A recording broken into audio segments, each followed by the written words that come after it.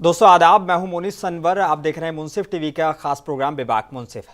विभाग मुंसिफ में हमेशा हमारी ये कोशिश रही है कि जनता के मुद्दों को हुकूमत के रूबरू पेश किया जाए ताकि हुकूमत और जनता के बीच तालमेल बना रहे। इसलिए कि सरकार और जनता के बीच मीडिया ही एक अहम कड़ी होती है। ये तो सभी जानते हैं कि हुकूमत करने के लिए नेताओं का इंतखाब जनता ही करती है और चाहती है कि उसकी चुनी हुई सरकार जनता के लिए अमन और शांति, सेहत और तंदुरुस्ती, तालीम और रोजगार के मौके फराहम करे। वैसे तो रोजगार हासिल करने के लिए कई मौके होते हैं, इन्हीं में ऑटो चलाना भी एक इज्जतदार पेशा है। इस तरह से इसे समाजी खिदमत भी कहा जा सकता है क्योंकि थोड़ी सी उजरत पर ये लोगों को हिफाजत के साथ उनकी मंजिल पर पहुंचा देते हैं। आज के इस प्रोग्राम में इसी पर होगी चर्चा कि ऑटो वालों को क्या कोई ऐसे मुद्दे भी हैं जिनको तेलंगाना सरकार के सामने पेश करने की ज़रूरत है। कांग्रेस सरकार ने वादा किया था कि सत्ता में आने के बाद महिलाओं को बसों में मुफ्त सफ़र करने की सहूलत फराहम की जाएगी। सत्ता में आते ही कांग्रेस ने अपने इस वादे को निभाने में किसी भी किस्म की देर नहीं की। कांग्रेस सरकार ने इस फ्री स्कीम में से महिलाओं को कितना फ़ायदा हुआ है, इस स्कीम से कहीं दूसरे मसाइल तो पैदा नहीं हुए हैं, इन्हीं सवालात पर आज बात होगी। और आज की इस अहम बहस में हिस्सा लेने के लिए ऑटो मालिकान की तरफ से unity Telangana auto drivers welfare association के सदर MS सलीम साहब हमारे साथ हैं। आपका इस्तकबाल है सलीम साहब। और ड्राइवर्स जॉइंट एक्शन कमेटी के कन्वीनर अमानुल्लाह खान भी हमारे साथ हैं, आपका भी इस्तकबाल है। और हमारे साथ BRS लीडर मोहतरमा मुनीरा बेगम भी हमारे साथ जुड़ने वाली हैं, उनका भी हम इस्तकबाल करेंगे। साथ ही कांग्रेस के जाने माने लीडर यासीन अयूबी भी हमारे साथ ऑनलाइन जुड़ेंगे, उनका भी हम इस्तकबाल करेंगे। गुफ्तगू का आगाज़ करते हैं, लेकिन बेहतर ये होगा कि पहले जनता की राय जान ली जाए। జనాలు ఎక్కువైపోతుంది సార్, కంటిన్యూగా ఇట్లే ఉంటే బస్సులు ఎక్కువ చేయాలి అంతే. లేదు, నేను ఫస్ట్ టైమే ట్రావెల్ చేస్తున్నాను, చాలా బాగుంది, కానీ ఇంకా కొన్ని బస్సెస్ एक्सटेंड చేయాలి. महालक्ष्मी स्कीम की वजह से हर जगह जाने के लिए फ्री हो रहा है और किधर भी जाए हमें मुफ्त मिल रही है बस की सहूलत। इस तरह हम कहीं भी जा सकते हैं। ఫ్రీగా వచ్చింది కదా ఆడపిల్లలకి, మహిళలకు. ఇప్పుడు బాగుంది మాకి. फ्री जाते, वोट डाल कर जीता है। फ्री बोले तो आराम खुशी दिख रही है ना बेटा। आप बहुत बहुत शुक्रिया कांग्रेस पार्टी के लिए बस फ्री रखने के लिए। Thank you for the giving charges for the opportunity for us. College को जाते हैं और हम फ्री में जाते, पहले पैसे लगते थे लेकिन अब फ्री जा रहे हैं। औरतों के लिए बहुत मुफीद साबित हो रही है और किधर भी जाइए मुफ्त जा रहे हैं। ఈ పద్ధతి చాలా బాగుంది, లేడీస్కి ఫ్రీ ఇచ్చారు, చాలా బాగుంది.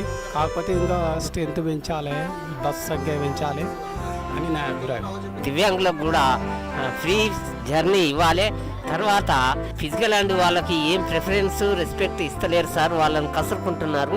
దయచేసి వాళ్ళని కంట్రోల్ పెట్టాలని మీకు మనవి చేస్తున్నాను. కాకపోతే రష్ ఉంది, ఎక్కువ ఉంది పబ్లిక్. ఇంతకుముందు మామూలుగా ఉండే, ఇప్పుడు లేడీసే ఉన్నారు బండ్ల మొత్తం, ఏ బండ్లా చూసినా లేడీస్ ఎక్కువ ఉన్నారు సార్. ఇప్పుడైతే 70% ఉన్నారు లేడీస్. हमको तो अच्छा ही है, अभी के लिए तो सहूलत अच्छा है, जाने आने को फ्री बस से अभी किधर भी बोल तो अपने काम अर्जेंट है तो भी हाथ में पैसे नहीं रहे तो भी अपन जा सकते आ सकते। अब बस फ्री हो गई, बहुत सहूलत हो गई हमारा, कहीं भी जाना आना। रियासत की आधी आबादी की बात आपने सुनी, वो तेलंगाना में बस सर्विस फ्री करने को लेकर काफ़ी खुश हैं, लेकिन इसका दूसरा असर जो ऑटो मालिकान पर और ऑटो ड्राइवर्स पर पड़ रहा है, उन लोगों का क्या कहना है, उनकी भी बात सुन लेते हैं।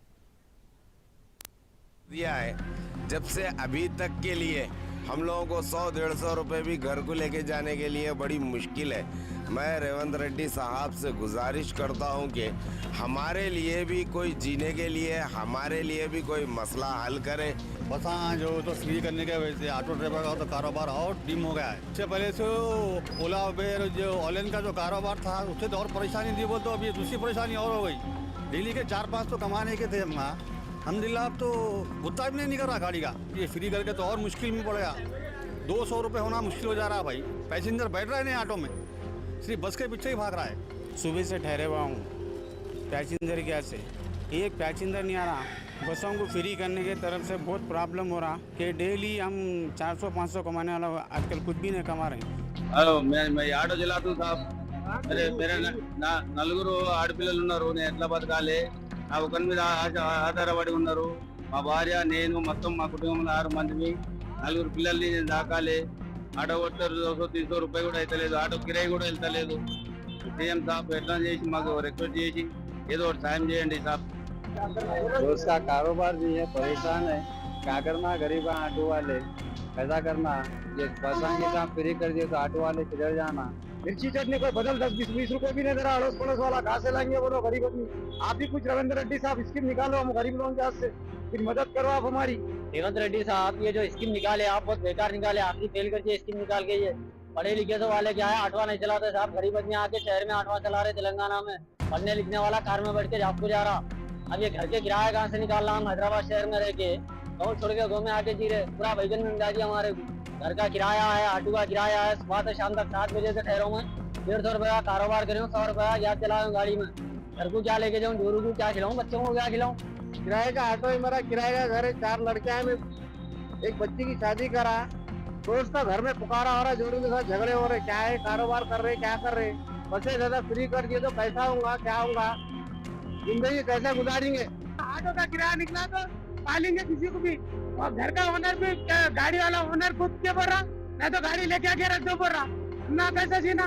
बहुत फर्क पड़ा था, ऐसा दिख रहा ऑटो वालों से पर्सनली दुश्मनी निकाले, ऐसा दिख रहा बस हम फ्री करके। पहले जितना जल्द से जल्द हो सका है बस हम फ्री का बंद कर दो, दूसरा कुछ भी कर लो, तो जैसा कि गैस दे रहे हैं गैस फ्री कर लो, ऐसा कर लो। ऑटो वालों के ऊपर कई जुल्म कर रहे हैं, परेशानी हो जा रही है, हम लोगों को किराए नहीं निकल रहे, गैस के पैसे नहीं निकल रहे, स्कूल में बच्चे पढ़ रहे, कैसा होगा सर। सब पूरे ऑटो वाले परेशान है साहब, बच्चे नहीं निकल रहे, घर के किराए, बच्चे पढ़ रहे तो बच्चे पैसे नहीं निकल रहे साहब स्कूलों में, कैसा होगा। अभी हुकूमत 1 महीना भी नहीं हुई, ऑटो वाले परेशान है, जहाँ बोले वहाँ स्टाक चल रही, कैसा होगा सर बोलो।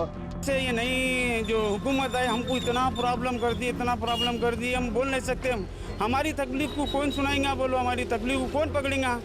सारे मिलके वोट डाले तो इन्होंने सीएम बने, तो इन्होंने हमारे ऑटो वालों का भी सोचना। अब ऑटो वाले का ने क्या किराए के घर में सो फैमिली को पालना रहता, जीना रहता। कांग्रेस हुकूमत जो टिकट बोल के फ्री करी लेडीज के लिए, बहुत प्रॉब्लम हो रहा ऑटो वालों के लिए। किराए रहते, बच्चों के स्कूल की फीसा रहते, 200-300 रुपये कमाने के 100 रुपये भी नहीं कमा रहे। ఈ కాంగ్రెస్ గవర్నమెంట్ వచ్చినాక ఫస్ట్ ఏమైతే స్కీమ్ ఉందో ఆ స్కీమ్ మాకు ఆటో డ్రైవర్ల జీవన ఉపాధికి దెబ్బ కొట్టే విధంగా ఉంది। దయచేసి మేము ఏమంటున్నామంటే ఈ గవర్నమెంట్ని, ఈ కాంగ్రెస్ గవర్నమెంట్ని మా కార్మికుల యొక్క బతుకు తెరుకు విఘాతం కలిగించే ఈ ఫ్రీ బస్ సర్వీసును రద్దు చేయాలని ఈ సందర్భంగా మేము డిమాండ్ చేస్తున్నాం। जब से ये बस फ्री कर दिया है, जब से अभी तक के लिए हम लोगों को 100-150 रुपए भी घर को लेके जाने के लिए बड़ी मुश्किल है। मैं रेवंत रेड्डी साहब से गुजारिश करता हूं कि हमारे लिए भी कोई जीने के लिए, हमारे लिए भी कोई मसला हल।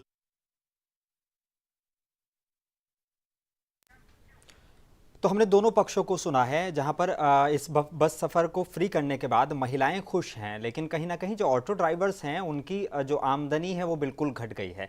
यानी कि वो कहीं ना कहीं अपने परिवार चलाने में उनको परेशानियों का सामना करना पड़ रहा है, और अगर ये परेशानियां लगातार चलती रहीं तो कहीं ना कहीं सरकार की जिम्मेदारी बन जाती है कि ऑटो ड्राइवर्स की परेशानियों को भी सुना जाए। मैं सीधा एम एस सलीम साहब के पास चलूंगा, unity Telangana auto drivers welfare association के सदर हैं। एम एस सलीम साहब, क्योंकि आप जो है एक बड़े तबके को देखते हैं, आप सदर हैं तेलंगाना ऑटो यूनियन के, कहीं ना कहीं आप जो है जो ड्राइवर्स हैं वो आपके पास आ रहे होंगे, अपनी परेशानियां बता रहे होंगे, क्या वो कह रहे हैं, क्या उनकी परेशानियां हैं, थोड़ा सा हमें बताएं।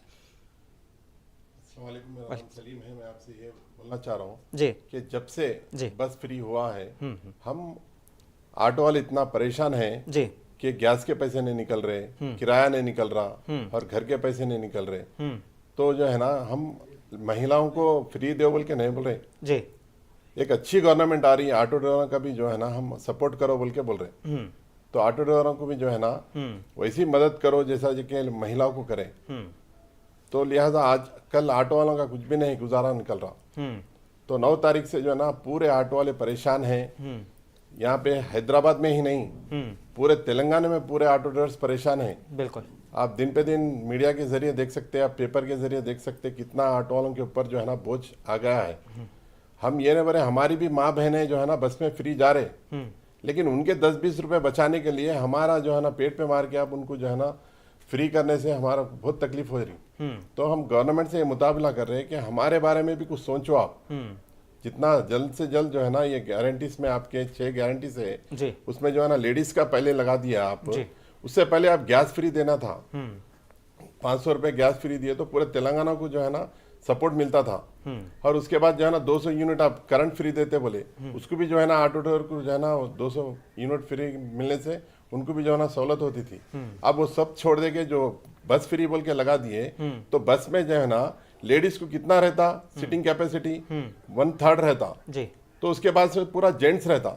लेकिन जब बस आते की बस स्टैंड पे पूरे लेडीज बैठ जा रहे उसमें, बैठने से क्या हो रहा है, जेंट्स को परेशानी आ जा रही। तो जेंट्स के बारे में क्या सोचे आप? तो ये आप बस फ्री देने से दूसरे बस ऐसा देना था कि वो बस फ्री जाने के लेडीज के लिए, तो हमको उससे तकलीफ नहीं होती थी, क्योंकि 10 बस में 2 बस अगर लेडीज के रहते तो 8 बस तो जो है ना जनरल पब्लिक जाती। तो यहाँ पर जो है ना सिटी में पूरे तेलंगाना के पब्लिक ही नहीं है, यहाँ पे जो है ना आंध्र प्रदेश की पब्लिक है जी, और यूपी बिहार की पब्लिक है, आसाम की पब्लिक है। वो महिलाओं का क्या करे आप? महिला बोल तो आप क्या बोल रहे हैं, आधार कार्ड बता के सिर्फ तेलंगाना की महिला को देंगे जी, तो वो महिला भी जहाँ पे आके जो है ना उनके रोजगार के लिए होंदो या उनके ऑफिसर्स के लिए होंदो, स्कूल के लिए होंदो, कॉलेजेस के लिए होंदो, उनके बारे में तो आप सोचे नहीं। तो उनको भी फ्री देना चाहिए ना, खाली तेलंगाना की लेडीज को देने से क्या मतलब है? तो हम इस आपके मुंसिफ टीवी के जरिए हम ये बोलना चाह रहे गवर्नमेंट को, हमारे ऑटो ड्राइवरों का भी आप सोच के जो है ना ये स्टेप उठाओ, आगे भी हमारा सोचो। हम फ्री देने से हमारे को कोई तकलीफ नहीं है, लेकिन जो ऑटो ड्राइवरों के ऊपर जो माली हालत से जो परेशान है उसके बारे में भी आप सोचो, बल्कि हम रेवंत रेड्डी साहब से ये डिमांड कर रहे हैं आपके जरिए। चलिए, ड्राइवर्स जॉइंट एक्शन कमेटी के कन्वीनर अमानुल्लाह खान साहब हमारे साथ हैं। आप बहुत सीनियर हैं अमानुल्लाह खान साहब, आपने बहुत टाइम से इन लोगों को देखा है, इनकी परेशानियों को सुना है, इनकी परेशानियों के लिए लड़ाई की है। क्या लगता है कि अब आप जो है वाकई जब इनकी परेशानियों को सुनते हैं क्या महसूस होता है आपको? क्या आपको लगता है कि वाकई सरकार को कदम उठाने चाहिए? क्योंकि हमने ठीक है, अब उन्होंने ये गारंटी लागू की है सरकार, उन्होंने इलेक्शन में ये वादा किया था, उन्होंने लागू की, लेकिन अब कहीं ना कहीं दूसरी तरफ भी जानिब देखना चाहिए। देखिए, खवातीन के लिए जितनी भी उनको माली मदद की जाए जी कम है, बिल्कुल, लेकिन ऑटो रिक्शा ड्राइवर्स के पेट पे मारकर उनको मदद करने का जो फार्मूला है, ये फार्मूला सही नहीं है। ठीक है, तो ये जो मसला है जी, ये मसले का एक ही हल है। ठीक, वो एक हल ये है कि ये हमारा जो कारोबार छीन लिया गया है वो कारोबार वापस दे देना। ठीक, तो आप देखिए कि ये लोग जल्दबाजी में इसको अमल आवरी कर रहे हैं जी, कानून का जायजा नहीं लिए। ट्रांसपोर्ट का जो कानून है, कानून ये बोलता कि सरकार का ये फर्ज बनता है कि अन इकोनॉमिक कंपटीशन, ये गाड़ियों के बीच में दरमियान अन इकोनॉमिक कंपटीशन नहीं लगाना चाहिए जी, उसके कानून बोलता है। तो मेरा ये एहसास है कि कांग्रेस पार्टी बगैर ये कानूनी तौर पर जायजा लिए बगैर वो लोग जो बस बगैर सोचे समझे ये स्कीम लाए और इसको अमलावरी कर दिए, तो ये स्कीम सही नहीं है। और इसको हम ये सोच रहे हैं कि कोर्ट में हम ये जियो को चैलेंज करेंगे और ये जो पहली तारीख तक हम इंतज़ार करेंगे और इंतज़ार करके जो पहली तारीख से हम ऑटो बंद करने का भी हम प्लान रखते हैं। और मेरा ये मुतालिबा नहीं है कि उनको ये 5,000 दो या 10,000 दो, हम कुछ नहीं मांग रहे, कुछ नहीं मांगेंगे, हमारा कारोबार हमको दे दो। और कानून में जो लिखा हुआ है, जो कानून में जो है, कानून में उसको मनमानी करते हुए आप जो फ्री खवातीन के लिए जो ट्राइबल वीमन जो ये जो कर दिए हैं ये गैर कानूनी है। तो लिहाजा ये गैर कानूनी चीज को खत्म कर देना चाहिए। और आप बातों से और जिद्दोजहद से आप खत्म करने के लिए तैयार नहीं है तो हम इसको कोर्ट में इसको चैलेंज करेंगे और इसको खत्म करेंगे। स्कीम सही नहीं है। खवातीन को मदद करना, पैसे दे के मदद करो, दूसरी तरीके से मदद करो। मदद नहीं करना जैसी बात मैं नहीं कर रहा हूँ, मदद कीजिए उनको, लेकिन ये जो गैर कानूनी तौर पर आप जो मदद किए हैं ये गलत है। और कांग्रेस पार्टी को चाहिए कानूनी तौर पर उसका जायजा ले और मोटर व्हीकल एक्ट क्या कहता है। इकोनॉमिक कंपटीशन ये गाड़ियों के बीच में नहीं पैदा करना चाहिए, और ऐसा कुछ होता है तो गवर्नमेंट का काम है उस इकोनॉमिक कंपटीशन को रोकना। चलिए, बीआरएस लीडर मोहतरमा मुनीरा बेगम हमारे साथ है। मुनीरा बेगम, क्योंकि आपसे मैं इस सवाल को एक बीआरएस लीडर के होने के नाते ही नहीं पूछ रहा हूँ, एक खवातीन होने के नाते भी पूछ रहा हूँ। जैसे हम देखते हैं कि कांग्रेस ने अपनी 2 गारंटियाँ पूरी की। एक गारंटी जो है उसमें से ये थी कि बस सर्विस जो महिलाएं हैं उनको फ्री दी जाएगी। ठीक है, बस सर्विस महिलाओं को फ्री मिल रही है, लेकिन दूसरी तरफ ऑटो ड्राइवर्स को जो है कहीं ना कहीं इससे परेशानियों का सामना करना पड़ रहा है। आपकी क्या राय है, क्या कहती हैं यहाँ पे साहब? जी बिल्कुल, शुक्रिया। मैं बिल्कुल आप जो बात बोले उसी तरीके से मैं भी जवाब देना चाह रही हूँ। यहाँ पे बीआरएस लीडर की हैसियत से नहीं, मैं एक आम आदमी की हैसियत से जवाब देना पसंद करूंगी इस मामले पे खास तौर से। देखिए, as a woman I welcome the offer, क्योंकि आप देखिए अगर फ्री दे रहे हैं तो ओके करेंगे, लेकिन कहीं ना कहीं जाकर ये एक फ्री स्कीम आप सिर्फ वोट बटोरने के लिए या फिर ये कुछ आप अपना सियासी फ़ायदा देखते हुए जहाँ पर ये बस सर्विस फ्री ख़वातीन के लिए ख़ास तौर से रखा गया है, ये देश की इकोनॉमी को लॉस कर रहा है। फाइनेंशियल तरीके से स्टेट को बहुत ज़्यादा लॉस हो रहा है। आप देखिए आरटीसी जहाँ करोड़ों के पहले से भी आरटीसी का जो है मामला बहुत थोड़ा आगे पीछे चल रहा था, उसको बहुत बेहतर तरीके से अच्छे तरीके से ऊपर लाने की कोशिश की गई थी, लेकिन ये एक और धक्का आरटीसी को दिया गया है। आरटीसी में लेडीज को फ्री रखना आपका जो मुतालबा, आपका जो इलेक्शन में आप जो मैनिफेस्टो में वादा करे थे, आपको वो वादा पूरा करने के लिए आप जल्दबाजी करें। आप फाइनेंशियल क्राइसिस क्या है, स्टेटस क्या है, फाइनेंशियल स्टेटस क्या है स्टेट की, आप बगैर देखे कि आप वादे कर दिए। कहीं ना कहीं कांग्रेस को भी ये यकीन नहीं था कि वो लोग जीतेंगे, इसीलिए उनको जो दिल में आया वो मैनिफेस्टो बना के उन्होंने रिलीज कर दिए। इससे हट के अगर हम बात करेंगे तो खवातीन के लिए जो आप फ्री रखे हैं, जो बोल रहे कि अच्छी चीज है, मैं एज ए खवातीन, एज ए वुमेन, मैं समझती हूँ कि ये स्कीम बिल्कुल भी कारआमद नहीं है। ये बहुत बेहतर तरीके से कारआमद होती थी उस वक्त जब आप इसको फ्री वुमेन करते या फिर फ्री स्टूडेंट करते। वो लोग जो पास लेके बस में जाते, लाइक स्टूडेंट्स है या वर्किंग वुमेन है जो पास बेसिस पे जाते थे, उनको आप पास नको लियो, उनको फ्री में दे दो आप बस। बाकी जो लेडीज है जो डेली कामों पे जा रहे या फिर कुछ शॉपिंग वगैरह के लिए जा रहे या कुछ ज़रूरत के हॉस्पिटल के लिए जा रहे या XYZ किसी भी चीज़ के लिए आप जा रहे होंगे, उनसे आप चार्ज कर सकते। देखिए, एक आम जो जिंदगी गुजारने वाला इंसान है 10-20 रुपए का टिकट खरीद के सफ़र कर सकता, उन्हें सरकार को मदद हो रही थी इससे, सरकारी जो है उसको मदद हो रही थी इससे। अगर आपको फ्री करना था तो आप स्टूडेंट्स को फ्री करते, वर्किंग वुमेन्स को फ्री करते, या फिर जो 6 बजे के बाद से जो खवातीन जो काम पे से ड्यूटी पे से निकलते, 6 बजे के बाद से जिनकी ड्यूटी खत्म हो रही, 7 बजे खत्म हो रही, 8 बजे खत्म हो रही, 9 बजे खत्म हो रही, इनके लिए कुछ इकदाम आप करते। अगर खवातीन के बारे में सोचना होता तो आप कुछ ऐसे इकदाम लेकर उनको अगर फ्री करते तो आप बहुत बेहतर होता। हाँ, अगर आपको खवातीन के मामले में सोचना होता तो आप गैस सिलेंडर के बारे में मामला में सोचते, क्योंकि पिछली दफा भी जब हम आए थे तो गैस सिलेंडर के बारे में आप सोच सकते थे। ये खवातीन के लिए बहुत अहम चीज थी, इसको आप फर्स्ट इम्प्लीमेंट करना था। यहाँ पर आपको देखिए गैस जब महंगा हुआ, हर कोई आपको एहतजाज करते हुए नजर आए, खवातीन इसकी मुखालिफत करती हुई नजर आए, लेकिन पूरे तेलंगाना स्टेट में या पूरे इंडिया में आप देख लो, कोई भी खवातीन सड़क पे आए क्या बस फ्री करो बोल के, या कोई भी जेंट्स आए क्या बस फ्री करो बोल के, या इवन चार्जेस कम करो बोल के भी कोई कंप्लेंट करे क्या? नहीं करे। आप सिर्फ अपने मनमानी करने के लिए, ये अवाम के ऊपर एक धक्का है बहुत बड़ा, क्योंकि आप आज जो लेडीज जो हैं ज्यादातर बाहर नहीं निकलते और उनको जो है मालूमात नहीं रहते, ज्यादातर उनको सिर्फ एक ही चीज समझ में आ रही कि फ्री है वो के खुश हो रहे, लेकिन उनको ये नहीं मालूम है कि ये 6 महीने के बाद ये फ्री का जो है डबल आपसे वसूल किया जाएगा, टैक्स की सूरत में हो या इलेक्ट्रिसिटी की बिल की सूरत में हो या गैस की सूरत में हो या स्कूल फीस की सूरत, किसी भी सूरत में हर हाल में ये बर्डन अवाम के ऊपर ही गिरने वाला है। क्योंकि देखिए, आप आरटीसी को आप डीजल कहाँ से डालते हैं? आप फ्री देना चाह रहे, डीजल कहाँ से डालते हैं? आप डीजल तो फ्री नहीं आ रहा, पेट्रोल तो फ्री नहीं आ रहा, चलो ठीक है ये भी आ गया। जो एम्प्लॉय काम कर रहा, आप उसको सैलरी कहाँ से देते? जो कंडक्टर है उसको सैलरी कहाँ से देते? लेडी कंडक्टर है, जेंट्स कंडक्टर है, उनको कहाँ से देते? और आरटीसी का जो हर एक एम्प्लॉय है आरटीसी ऑफिस में, उसको आप सैलरीज कहाँ से देते? जो करोड़ों का है ये जो पूरे स्टेट का अगर आप काउंट करेंगे तो करोड़ों का मामला है। ये एक दिन का या 2 दिन का नहीं है, उसको नुकसान हो रहा है। डेफिनेटली ये कहीं ना कहीं अवाम का ही नुकसान है। ये भोली भाली लेडीज को जो है निशाना बना के भोली भाली लेडीज को खुश करके जो ऐसे ये समझ रहे हैं कि ये बहुत अच्छा है, लेकिन लेडीज को बेचारों को नहीं मालूम है कि ये आपसे ही वसूला जाएगा। ठीक है, ऐसा मेरा पॉइंट ऑफ व्यू है। ठीक है। एम एस सलीम साहब, मैं थोड़ा सा दिल्ली की तरफ चलना चाहूँगा। सवाल इसलिए है क्योंकि हम देखते हैं कि दिल्ली में पहले से जो है महिलाओं के लिए बस सर्विस फ्री है।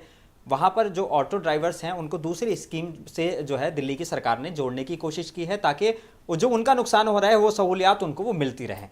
क्या तेलंगाना में भी आप इसी तरह की उम्मीद कर रहे हैं कि जो ऑटो ड्राइवर्स हैं उनको कुछ और स्कीम दी जाए ताकि जो है वो भी इस स्कीम से जुड़ जाए और उनको जो लॉस हो रहा है वो नुकसान ना हो उतना? नहीं, इलेक्शन से पहले जो राहुल गांधी साहब आके हमारे ऑटो ड्राइवर से जो बात करे, बिल्कुल, हाँ, तो बात करके जो है ना ऑटो ड्राइवर से ये वादा करे कि आपको जो है ना सालाना 12,000 रुपए देंगे। मैनिफेस्टो में है आपके कांग्रेस के, बिल्कुल, उस 15 नंबर पे है, बिल्कुल 12,000 रुपए महीने के देंगे और वेलफेयर बोर्ड देंगे आपको। और जो ई चालान्स जो है पुलिस के जो ई चालान्स है उसको 50% कम करेंगे बोल के। ठीक है।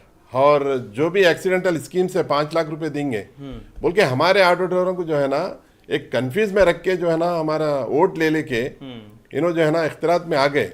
लेकिन ये क्या है बोले तो इन्हों क्या चाह रहे कि इन्हों जो है ना 2024 का इलेक्शन जीतने के लिए महिलाओं को फ्री देके जो है ना इन्हों एक गेम खेल रहे।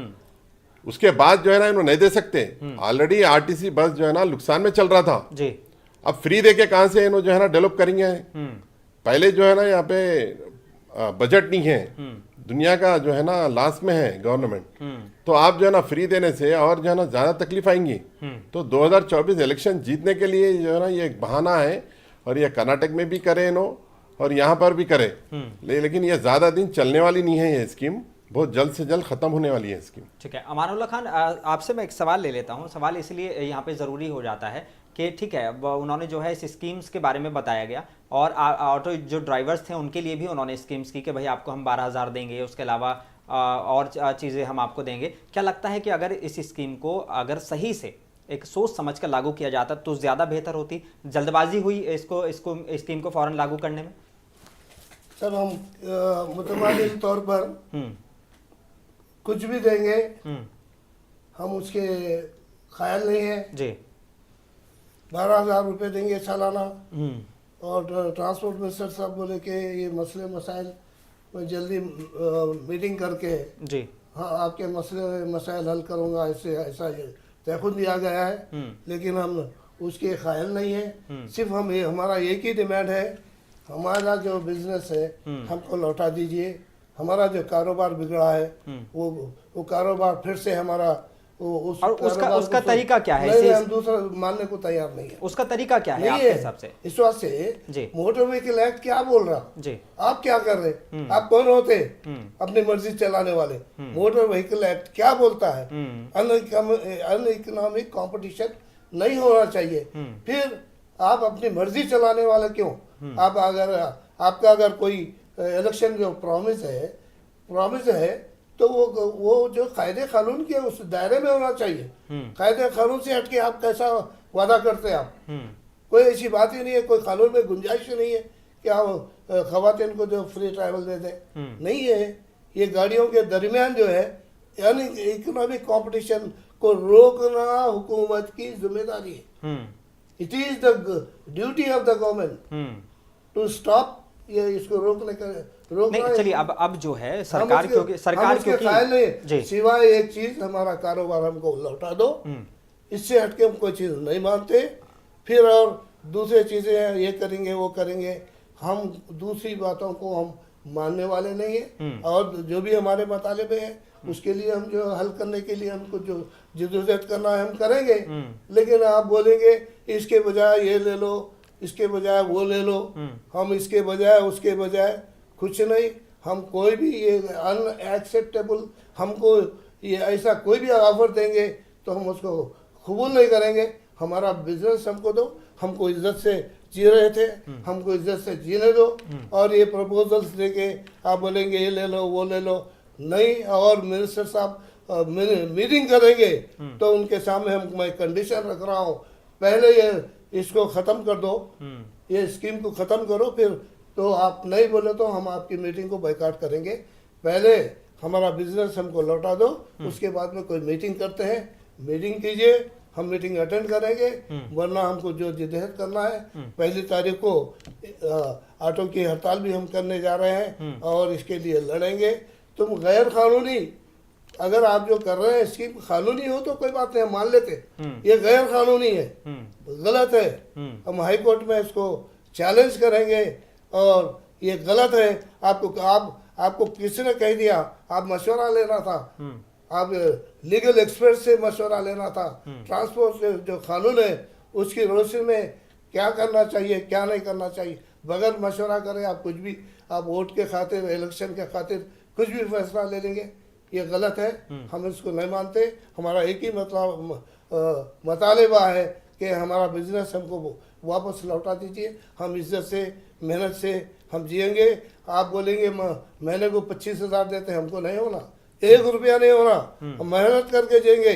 ये मुतबादिल इसके जगह ये, इसके जगह वो हम देते, तो हम ऐसा कोई भी ऑफर आपका हम मानने के लिए तैयार हैं। मुनीरा बेगम, अगर हम बात करें, जैसे बात हो रही थी कि भाई जो TSRTC है वो पहले से जो है घाटे में है, उसके बाद ये स्कीम का लाना क्या वाकई जल्दबाजी नहीं है सरकार का कदम? बिल्कुल ये जल्दबाजी है, क्योंकि सिर्फ नाम कमाना चाहे, क्योंकि मैं बैठे से 2 दिन में ये इम्प्लीमेंट कर दिया, 2 स्कीमों पे इम्प्लीमेंट कर दिया, ऐसा कुछ शो ऑफ करने के लिए ये काम करे सो है। अगर वाकई में इनको आवाम का ख्याल होता, जो राइतू बंधु के पैसे ऑलरेडी अकाउंटों में जाने वाले थे किसानों के, आप वो करते पहला काम। और अब देखिए CM रिलीफ फंड के चेक कितने पेशेंटों के रुके हुए हैं, वो आप रिलीज करते, वो ज्यादा लोग जरूरतमंद थे। और जैसा कि अब आप जो बोल रहे हैं कि ऑटो ड्राइवर्स को जो है सो हम लोग माली इमदाद करेंगे, ये ऐसा हो गया कि आपके पैर काटेंगे, आपको बैसाखी देंगे हम। तो ये नहीं होने वाली बात है भाई।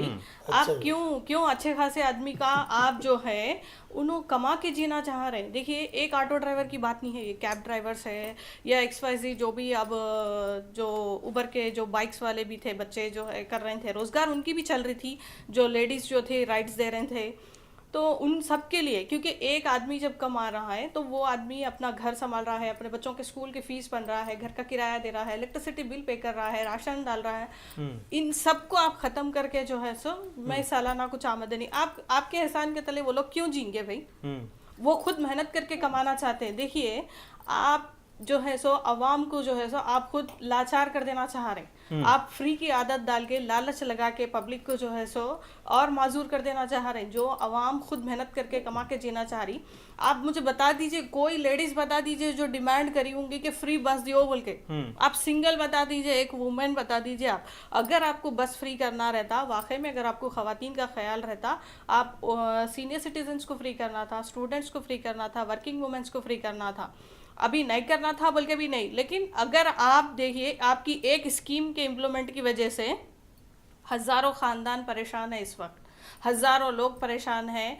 वो एक इंसान जो कमा के अपना पूरा घर चलाता था, उसका पूरा जो है ख़ानदान मुतासिर हो रहा है आपकी एक वाहवाही के चक्कर में। मैं बोल सकती हूँ वाहवाही बटोरने के चक्कर में आप जो इम्प्लीमेंट करें, ये हल है। अगर आपको ख़वातीन का ख्याल है तो आप बोले थे कि कल्याणा लक्ष्मी के साथ 1 तोला सोना देते बोले थे, क्यों भाई आप आके अगले दिन से ये स्कीम इम्प्लीमेंट करना था? क्यों 9 तारीख से अब तक क्या बच्चियों की शादियां नहीं हुए क्या?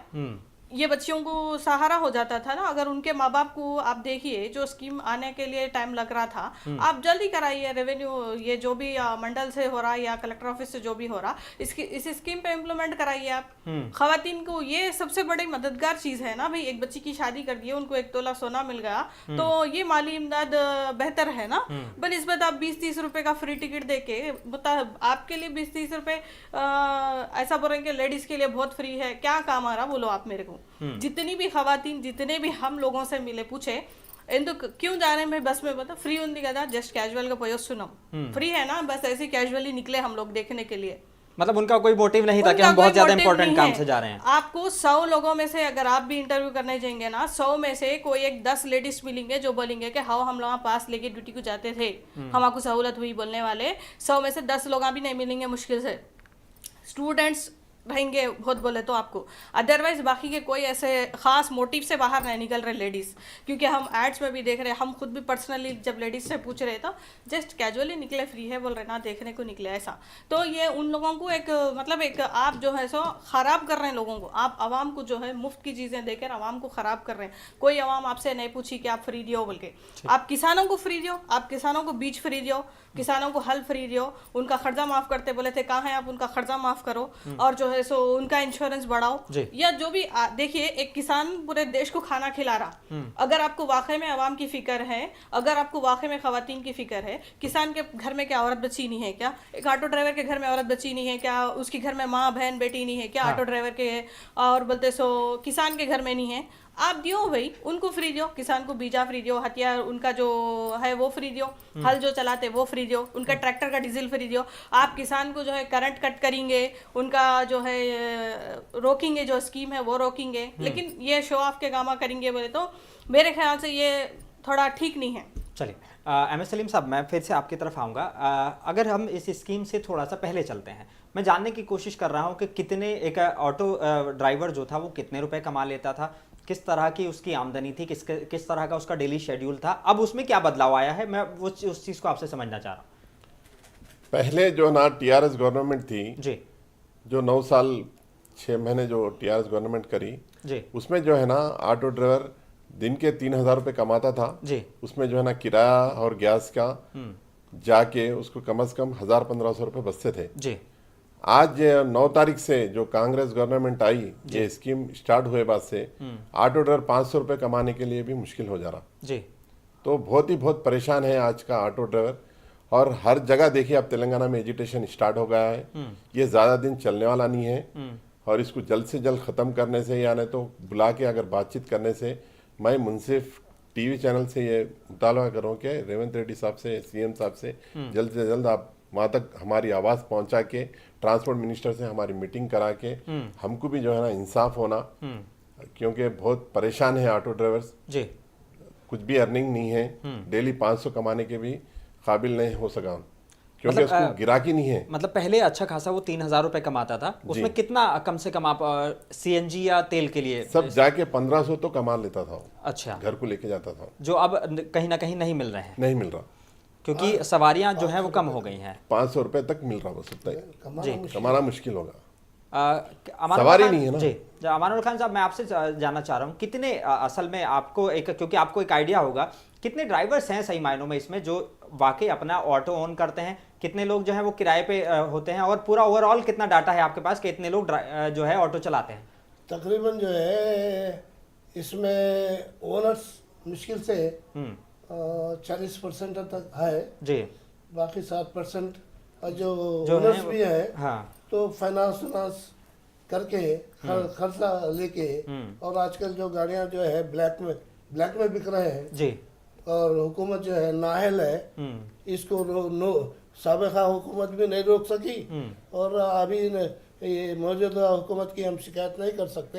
इंशाल्लाह हम कांग्रेस से खुश हैं, ऐसी कोई बात नहीं है, कांग्रेस हुकूमत आई है, हमारा ताउन रहेगा, लेकिन कहीं ना कहीं आपकी बात को सुना जाए। हाँ, तो ये चीज़ क्या है, अब आप जो हमारे कारोबार को हमारे लौटा दीजिए, तो गैर कानूनी तौर पे जो एक कोई स्कीम लगाया है, स्कीम सही नहीं है, गैर कानूनी स्कीम है, तो इस स्कीम को जो है खत्म कीजिए। अगर अमानुल खान साहब, हम जानना चाहें कि अगर कितने लाख कम से कम ये ड्राइवर और ऑटो ड्राइवर्स होंगे कि जिनके वाकई ज़िंदगी पर असर पड़ने वाला है, क्योंकि अब फिर उससे हमें समझना आसान हो जाएगा कि वाकई अगर एक ऑटो ड्राइवर परेशान होता है तो उसके पीछे 4 लोग होते हैं, तो यानी कि फिर अब उसको हम उस हिसाब से हम कर पाएंगे। तकरीबन जो है 15 लाख तक है पूरी रियासत में, और जो है अपने शहर हैदराबाद से ज़्यादा बढ़कर अजला में ज़्यादा असर हुआ है, ज़्यादा अजला के ड्राइवर ज़्यादा जी, क्योंकि उनका कारोबार तकरीबन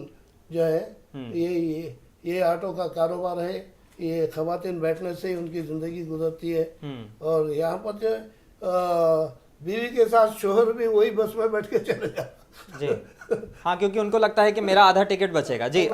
मुनीरा बेगम, मैं आपके पास आना चाहूँगा कि आजकल हम देखते हैं कि फाइनेंस ने जिंदगी को आसान किया है तो मुश्किल भी किया है। डेफिनेटली आसान ये हो गया कि भाई चलिए ठीक है, आपको बस थोड़े से पैसे देने हैं, ऑटो ले आना है या अपनी गाड़ी ले आनी है, जो भी आप लाना चाहते हैं, फिर उसकी जो किश्तें हैं वो वाकई ऑटो ड्राइवर के, अगर इस नज़रिए से हम सोचें कि जो बंदा पहले 1500 रुपये कमा रहा था, यानी कि वो 45,000 रुपये महीना कमा रहा था, तो उसमें से उसके लिए अपने घर के खर्च चलाना, अपने बच्चों के स्कूल की फीस वगैरह और किश्त वगैरह निकालना आसान हो जा रहा था। लेकिन अगर अब हम 500 रुपये पर डे उसका समझे तो इस तरीके से वो सिर्फ 15,000 रुपये पर आ गया है। 15 कहाँ, वो 45,000 रुपये कमा रहा था जिसमें वो किश्तें भी निकाल रहा था, जिसमें वो सारी चीज़ें कर रहा था, अब वो बिल्कुल 15,000 पर आ गया है, तो मुश्किल तो होंगी उसके सामने। डेफिनेटली देखिए, किसी भी स्कीम को पब्लिक के ऊपर आप देने का मतलब क्या रहता, उसको इकोनॉमिकली सपोर्ट करना रहता। आपका इनसे इंटेंस क्या रहता गवर्नमेंट का, कि माली इमदाद करना, आवाम की माली इमदाद करना, आवाम को जो है सो सहूलत फराहम करना मकसद रहता। लेकिन ये वाहिद स्कीम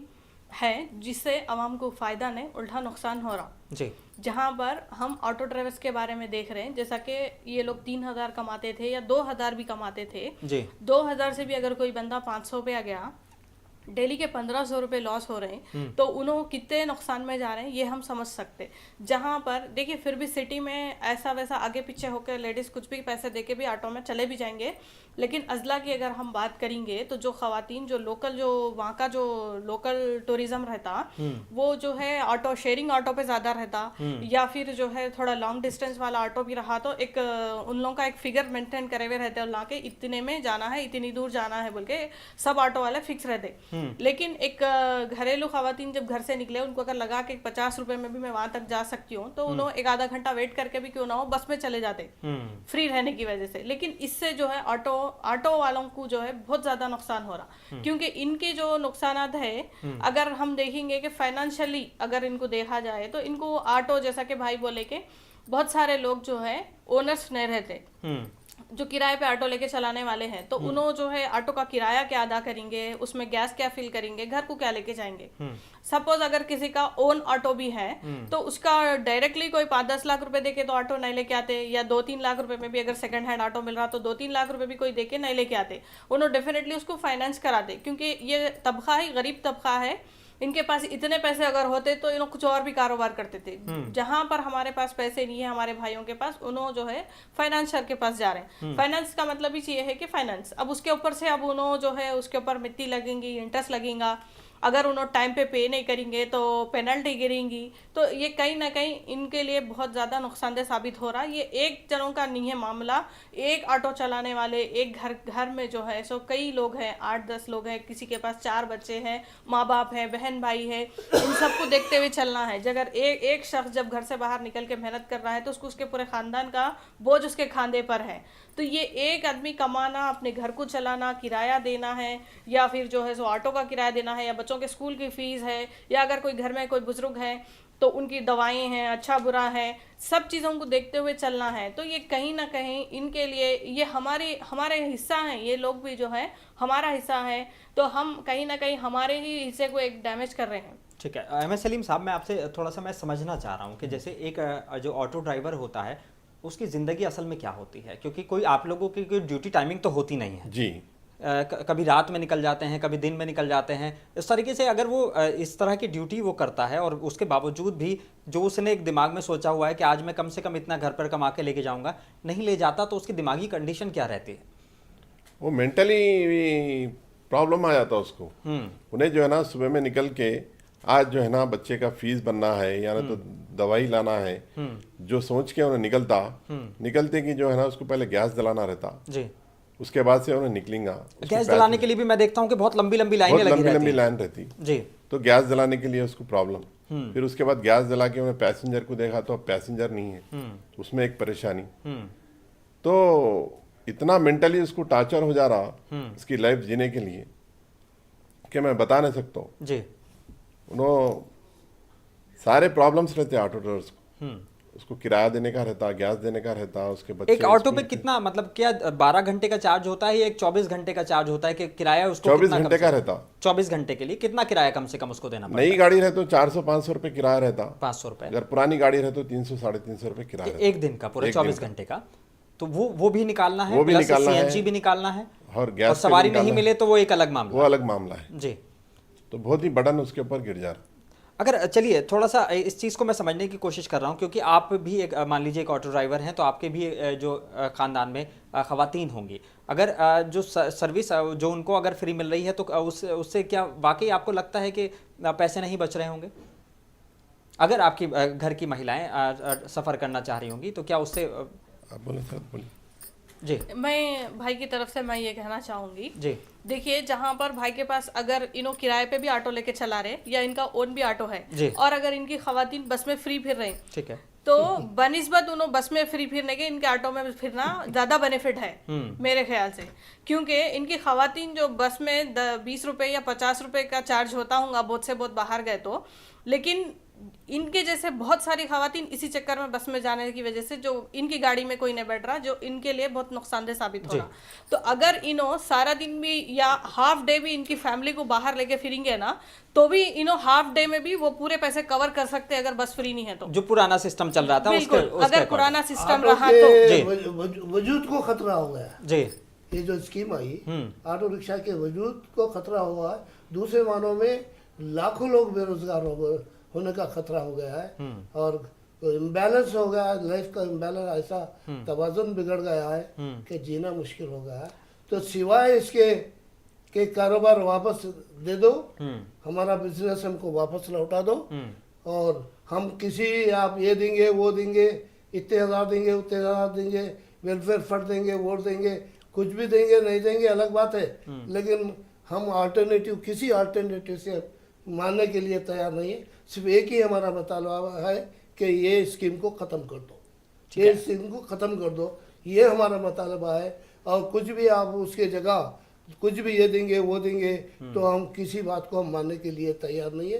ये वादे कर दे रहे, जरूरत पड़ी कोर्ट को जाएंगे, एहतजाज करेंगे, करो या मरो जैसा जैसा एहतजाज शुरू कर देंगे और पीछे हटने वाले। अमानुल्लाह खान साहब, एक बात और मैं आपसे समझना चाह रहा हूँ कि जैसे हम देखते हैं अक्सर कि एयरपोर्ट पर ऑटो की डायरेक्ट एंट्री नहीं होती है, उसके लिए भी आपको चार्ज देना पड़ता है, और कई जगह ऐसी होती हैं जहाँ पर शायद रेलवे स्टेशन भी कुछ हैं जहाँ पर जो है ऑटो को एंट्री करने के लिए चार्ज देना पड़ता है। जी। तो वो भी तो आपके लिए एक परेशानी का मामला है। तो क्या है, सेक्शन 117 के तहत ऑटो को जो है एंट्री देना नहीं है कानून में। हाँ, तो गैर कानूनी तौर पे ये वसूली की जा रही है, और तो दूसरी तरीके से उनको तंग किया जा रहा है। तो मजबूरन क्या करें, 3-3 महीने को किराया ये हाल में पिछले साल शुरू हुआ है जी। वो कुछ रेलवे स्टेशन में है, कुछ रेलवे स्टेशन में नहीं है। जबकि 1117 जो है हम इसके टैक्सी वालों पर आया था, तो हम कोर्ट में केस डाले, हाई कोर्ट में केस डाल के और टैक्सी वालों को फिर विदाउट क्या जी। एम एस सलीम साहब, मैं आपसे ये सवाल पूछ रहा हूँ, क्या आरटीओ टैक्स भी आप लोगों को अलग से भरना पड़ता है? नहीं, टीआरएस गवर्नमेंट आए टाइम पे टैक्स फ्री कर दिए थे। माफ है, 2014 से ऑटो का टैक्स माफ है। लेकिन जहाँ पर आप लोग जैसे बस स्टैंड हो गया या वहाँ पर हो गया, तो वहाँ पर जब आप ऑटो लगाते हैं तो वहाँ पर भी क्या चार्ज? ऑटो स्टैंड रहते ना जी, हमारे हर जगह पे ऑटो स्टैंड रहते। लगाना गलत है, लेकिन वहाँ पे ऑटो स्टैंड जहाँ पे रहता वहाँ पर कोई चार्ज नहीं रहता जी, फ्री रहता। लेकिन क्या पुलिस की तरफ से भी अक्सर हम सुनते हैं कि परेशानियों का सामना करना पड़ता है? ज्यादा है। पहले रेलवे स्टेशन में प्रीपेड सिस्टम था। और एक चीज क्या है, आरटी ऑफिस में रिश्वत का बाजार बहुत गर्म है और वो बराबर चलते जा रहा। पुरानी जो हुकूमत थी वो हुकूमत जो रिश्वत को नहीं रोक सकी, बल्कि रिश्वत को और बढ़ा दिए। हम इसके लिए रिश्वत के लिए हम आवाज़ उठाने वाले हैं, क्योंकि हुकूमत को पहले जो है तो वो संभलने दो, उसके बाद हम कुछ बोलना ठीक रहता है बोल के जल्दबाजी नहीं कर रहे। सलीम साहब, क्या अपील करना चाहेंगे सरकार से, लोगों से भी, कि ताकि वो भी आपकी परेशानियों को समझें? नहीं, कोविड-19 आए टाइम पे जब परेशान था ऑटो वाला, उससे ज्यादा जो है ना ये फ्री बस देने से ऑटो वाला बहुत परेशान है। ये सेकंड कोविड आया जैसा दिख रहा हमारे को 2023 का। तो लिहाजा हम जो है ना गवर्नमेंट से ये डिमांड कर रहे हैं, जल्द से जल्द ऑटो यूनियन लीडर्स से बुला के आप जो है ना मीटिंग लो, मीटिंग लेके जो है ना उनके प्रॉब्लम्स क्या है पहले सॉर्ट आउट करो। क्योंकि हमारे को 9 साल से आज तक मीटर का रेट नहीं बढ़ा। जो 2014 से पहले कांग्रेस गवर्नमेंट थी जब 20 रुपए मीटर हुआ हमारा मिनिमम फेयर, यानी कि अगर मिनिमम फेयर 20 रुपए था, उसके बाद आज तक वही मिनिमम फेयर है। और किलोमीटर के हिसाब से फिर 11 रुपीज है, 11 रुपीज किलोमीटर है। यानी कि अगर आपने 2 किलोमीटर का सफर किया तो मिनिमम तो 20 तो आपको चार्ज देना ही है, प्लस 1 किलोमीटर आप चले तो उसके हिसाब से 2 किलोमीटर के अंदर उतरता है 1.6 में 20 रुपीज ही है उसका। ओके, किलोमीटर अगर और बढ़ते जाएगा तो 11 रुपीज आएगा उसका। अच्छा, अगर मान लीजिए 3 किलोमीटर जाते हैं तो फिर उस हिसाब से उनके 31 रुपए का चार्ज जाएगा। ठीक है, हमारे केसीआर साहब मजदूर दुश्मन, हाँ, लेकिन दुश्मन रहे हैं। हाँ, मजदूर दुश्मनी का सबूत भी फराहम किए। 10 साल में एक बार भी मीटर का चार्ज नहीं बढ़ा, इसका ये सबूत है। जी मुनीरा बेगम, बस वक्त की कमी है, बस आपकी बात पूरी करके फिर हम जी आपका मैं बोलना चाहूंगी कि भाई देखिए, जैसा भी था टीआरएस गवर्नमेंट में आप हंसते खेलते घर को जा रहे थे और पैसे लेके जा रहे थे। ये आपकी जो दोस्त हुकूमत आई, इन्हों तो आपका रोजगार छीन लिए, आपका पैर काट के इन्हों बैसाखी दे के शो करना चाह रहे हैं। तो इस बात को समझिए। मैं यहाँ पर एक ही बात कहना चाहूंगी, एक आम आदमी की हैसियत से मैं कहना चाहूंगी कि जो बस फ्री है, इसको फ्री करने के बजाय बेस्ट ऑप्शन ये है कि आप जो पास होल्डर्स है उनको फ्री करिए। जो 1000 रुपीज़ का पास था, किसी का 1500 का पास था, या किसी स्टूडेंट का 500 का पास है, उनको फ्री कर दीजिए आप। ये ज़्यादा बेहतर तरीका है आवाम को मदद करने का। अगर वाकई में चाह रहे हैं कि आवाम की मदद हो इससे, तो ये बेस्ट ऑप्शन है। या आप जो, मैं यहाँ इस चैनल के ज़रिए से भी ख़वातीन से भी दरख्वास्त करना चाहूँगी कि आप लोग जो है ये बस एक ख्वाहिश के लिए घर से बाहर जो निकल रहे हैं, तो थोड़ा ख्याल हमारे भाइयों का भी करते हुए ये सोचिए कि वाकई में बस में टिकट लग रही समझ के इनके ऑटो में सवार होके जाइए, क्योंकि इनके भी घर चलना ज़रूरी है। क्योंकि हम जो है, जहाँ पर हमारी सकत है, एक एग्जाम्पल बात बता रही हूँ मैं, अगर अपनी सकत है कि हम 20 रुपीज़ दे के जा सकते, तो हम फ्री क्यों जाना? ये हमारे लिए भी नुकसानदेह है। अब इस वक्त बस फ्री मिल रही, हम लोग बहुत खुशी होके जा रहे हैं। ये बहुत बोले तो 6 महीने 1 साल चलेगा, इससे ज़्यादा चलने वाला मसला नहीं है ये। इसके बाद खुद गवर्नमेंट घुटने टेक देने वाली है कि ये स्कीम इम्प्लीमेंट नहीं कर सकते, क्योंकि जहाँ पर डीजल हम नहीं दे सकते, सैलरीज नहीं दे सकते, वहाँ पर कुछ भी नहीं हो सकता। चलिए, बहुत शुक्रिया आपका हमसे बात करने के लिए। एमएस सलीम साहब, अमानुल्लाह खान साहब और मुनीरा बेगम साहब, मुनीरा बेगम का आपका हमारा इस शो में आने के लिए बहुत बहुत शुक्रिया। हमारी भी मुंसिफ टीवी की अपील है गवर्नमेंट से, तेलंगाना सरकार से, कांग्रेस लीडरान से, कि वो अगर महिलाओं को बस सफ़र देना चाहते हैं फ्री दीजिए, लेकिन कम से कम जो ऑटो ड्राइवर्स हैं या जिन लोगों को इस स्कीम की वजह से परेशानी का सामना करना पड़ रहा है, उनकी परेशानियों को आप लोग बैठकर सुनें, उनकी परेशानियों का हल निकालें, ताकि वो भी अपना घर चला सकें, अपने रोज़गार को चला सकें। और इसी तरीके से जिस तरह से वो लगातार अपनी खिदमात को अंजाम दे रहे थे, वो अपनी खिदमात को अंजाम देते रहें, यही हमारी भी सरकार से गुजारिश है। फिलहाल अपने मेज़बान मोनिस अनवर को दीजिए इजाज़त। आप बने रहिए मुंसिफ टीवी के साथ।